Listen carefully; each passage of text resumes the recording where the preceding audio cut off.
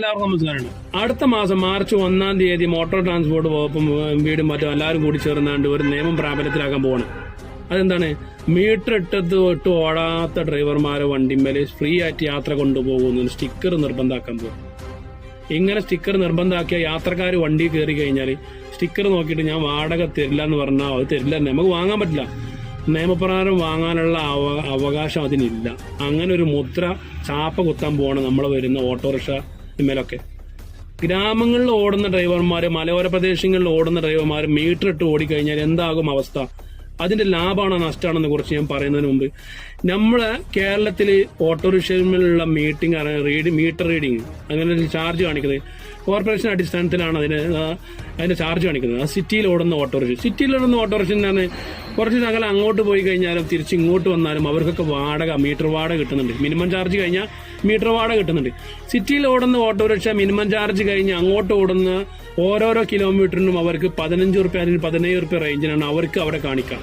അതേ സ്ഥാനത്ത് ഗ്രാമങ്ങളിൽ, മലയോര പ്രദേശങ്ങളിൽ ഓടുന്ന നമ്മളെ പോലത്തെ ഓട്ടോ ഡ്രൈവർമാർക്ക് മിനിമം ചാർജ് 30 രൂപ കഴിഞ്ഞാൽ പിന്നീട് അങ്ങോട്ട് 15 റുപ്യ അല്ലെങ്കിൽ 17 റുപ്യ കാണിച്ചു കഴിഞ്ഞാൽ 10 കിലോമീറ്റർ നമ്മൾ അങ്ങോട്ട് ഓടിക്കഴിഞ്ഞാൽ 220 റുപ്യ നമുക്ക് മിനിമം വാടക ഉണ്ടെങ്കിൽ, നമുക്ക് വാടക ഉണ്ടെങ്കിൽ നമുക്ക് ഈ മീറ്റർ അടിസ്ഥാനത്തിൽ കാണിക്കുന്ന എത്രയാണോ?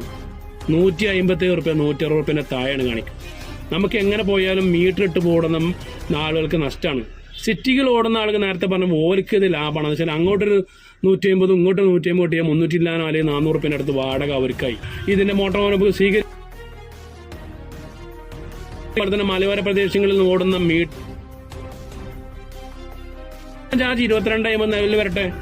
അഥവാ മിനിമം കിലോമീറ്റർ കഴിഞ്ഞ് അവിടുന്ന് അങ്ങോട്ട് ഓരോരോ കിലോമീറ്റർ വന്നെങ്കിൽ മാത്രമാണ് ഗ്രാമം, മലയോര പ്രദേശങ്ങളിൽ ഓടുന്ന നമ്മളെ പോലത്തെ ആളുകൾക്ക് മെച്ചമുണ്ടാവുള്ളൂ, നഷ്ടമില്ലാതെ ഓടാൻ കഴിയുള്ളൂ. മറ്റത് അങ്ങനെയല്ല. സിറ്റികൾ ഓടുന്ന ആളുകൾക്ക് ഇതേപടി മീറ്റർ ഇട്ട് ഓടി തന്നെ അവർക്ക് അപ്പ് ആൻഡ് ഡൗണൊന്നും എല്ലാം വാടക ആയതുകൊണ്ട് പ്രശ്നമില്ല. നമ്മളെയാണ് ഏറ്റവും കൂടുതൽ ബാധിക്കുന്നത്. അതുകൊണ്ട് ഇതിനെതിരെ നമ്മൾ ഓട്ടോറിക്ഷ തൊഴിലാളികൾ എത്രയും പെട്ടെന്ന് ഇതിനെ സമരം ചെയ്യണം. അഥവാ